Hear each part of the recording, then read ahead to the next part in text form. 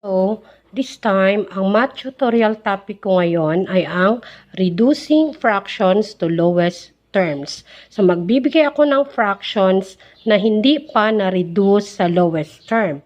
Example ay 5/10. So, ang 5/10 ay hindi pa siya lowest term.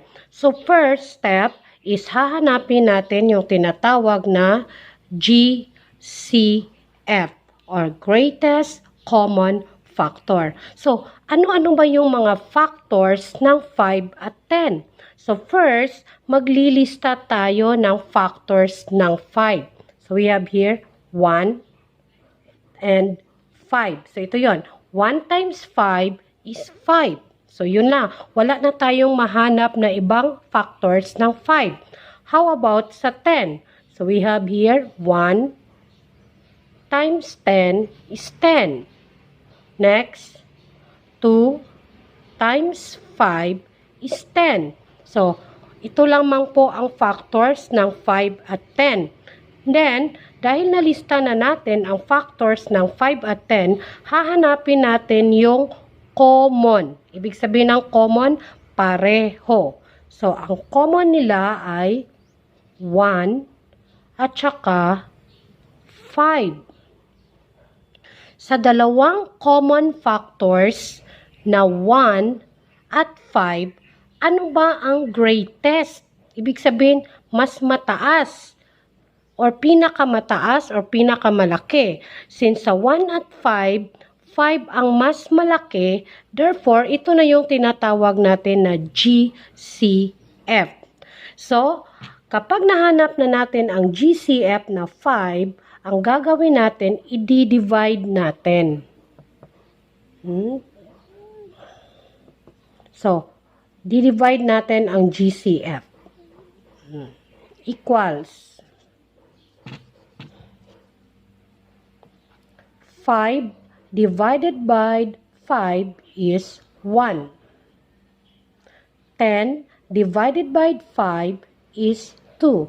Therefore, ang lowest term ng 5/10 ay 1/2.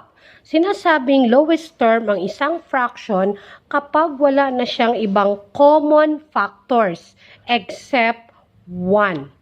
So, yan, lowest term na yan. Another example ng fractions na hindi pa lowest term ay 4/20.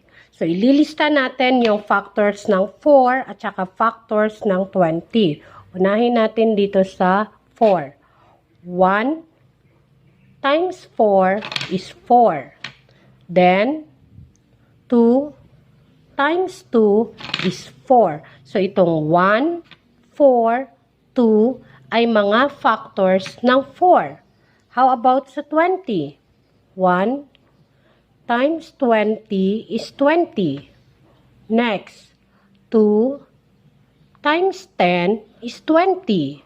Next, 4 times 5 is 20. So, kung mapapansin natin, maraming factors ang 20 at saka 4.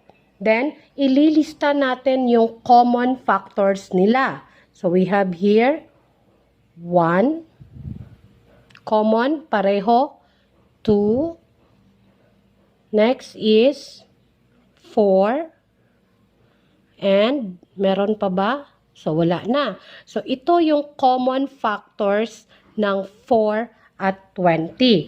Since hinahanap natin ang GCF or greatest common factor or mas malaking factors, nahanap natin, so ang mas malaking factors or pinakamalaki dito ay ang 4.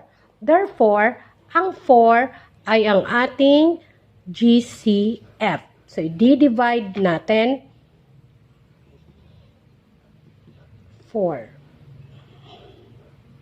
Then, equals 4 divided by 4 is 1. 20 divided by 4 is 5. Therefore, lowest term ng 420 ay 1/5. Okay? Another example ng fraction na hindi pa naka-lowest term ay 6, 18. So, first, hahanapin natin ang GCF ng 6 at saka 18. But, ililista muna natin yung factors ng 6. So, sa 6, we have 1 times 6 is 6.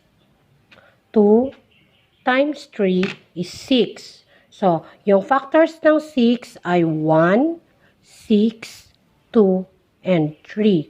How about sa 18? 1 times 18 is 18. 2 times 9 is 18. 3 times 6 is 18. Yun lamang po. So, yung factors ng 18 ay 1, 18, 2, 9, 3, and 6. So, hahanapin natin yung common factors ng 6 at 18. So, common yung 1. Common yung 2. And then, 3. Ibig sabihin ng common is pareho. And then, 6. So, wala nang ibang common. Sa lahat ng common, hahanapin natin alin dito yung pinakamataas. 1, 2, 3, and 6. So, dahil 6 ang pinakamataas, ito yung tinatawag natin na GCF. So, ang gagawin natin, i-divide natin ang GCF doon sa hindi pa lowest term na fraction. So, i-divide natin 6 and 6. So, ito ang ating gagawin. Equals. So, yun siya. 6 divided by 6 is 1. 18 divided by 6 is 3. Therefore, ang lowest term ng 6 at 18 ay 1/3. Sinasabing lowest term kapag wala ng ibang common factor yung numerator at denominator except 1. So, wala ng common factor. Ito, ililista ko yung common factor ng 1 at saka 3. 1 times 1 is 1. 1 times 3 is 3. So, wala silang ibang common factor, kundi 1 lang. Kaya ito na ngayon ay lowest term.